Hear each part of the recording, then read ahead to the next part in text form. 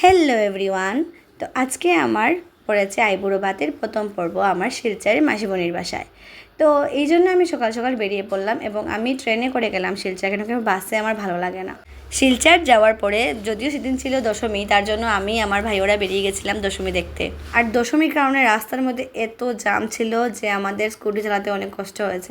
যাই হোক, আমরা খুব মজা করেছিলাম সেখানে। আর বাড়ি ফিরে দেখি মাসিমণি আমার জন্য পিঠার আয়োজন করেছেন।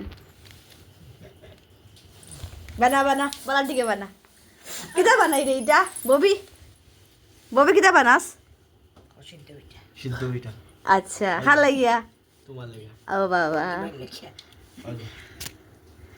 আচ্ছা আচ্ছা। শনি গ্রহ। তা আমি আইবুড়ো ভাত খাওয়া তাই ইয়া লগে আইবুড়ো ভাতের লগে পিঠাও খাইবো। সিদ্ধ পিঠা। খালি পিঠাটা যেন খাই, পিঠাটা যেন খাই না তোর তোর দেখে আর কি। তুই তো পিঠাছ আমারে। তুমি আমাকে পিঠো না। বরাবর বরাবর। তো শিলচর আইবুড়ো ভাত খেতে এসে আমি যে সেখানে এত টেস্টি টেস্টি মাসিমণির হাতে সিদ্ধ পিঠা খেতে পারবো, সত্যি আমি অনেক লাকি। মাসিমণি এত কষ্ট করে আমার জন্য সিদ্ধ পিঠা করেছে এবং খুব স্বাদও হয়েছে সেগুলো। তো পরের দিন ছিল আমার আইবুড়ো ভাত, তো সেই জন্য আমি একটু সেজেও নিলাম, শাড়ি পরেছিলাম, শাড়ি পরার অনেক ইচ্ছা ছিল।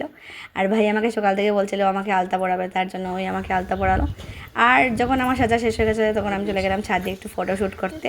আর যেখানে আমার ভাই ওরা আমাকে প্রচণ্ড হেল্প করেছে।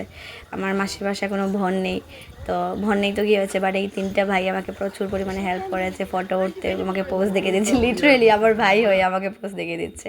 তো যাই হোক, আমি এসে পড়লাম ভাত খেতে এখন আমার আইবুড়ো ভাতের প্রোগ্রামে।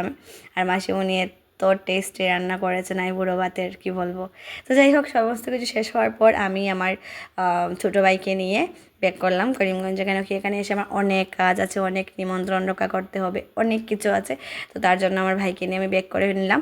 আর বাকি আমার ভাই আরেকটা ভাই আছে, ও আর মাসিমণি ওরা পরে আসবে, কেন কি ভোট দিয়ে আসতে হবে। তো যাই হোক, এতটুকুই, টাটা।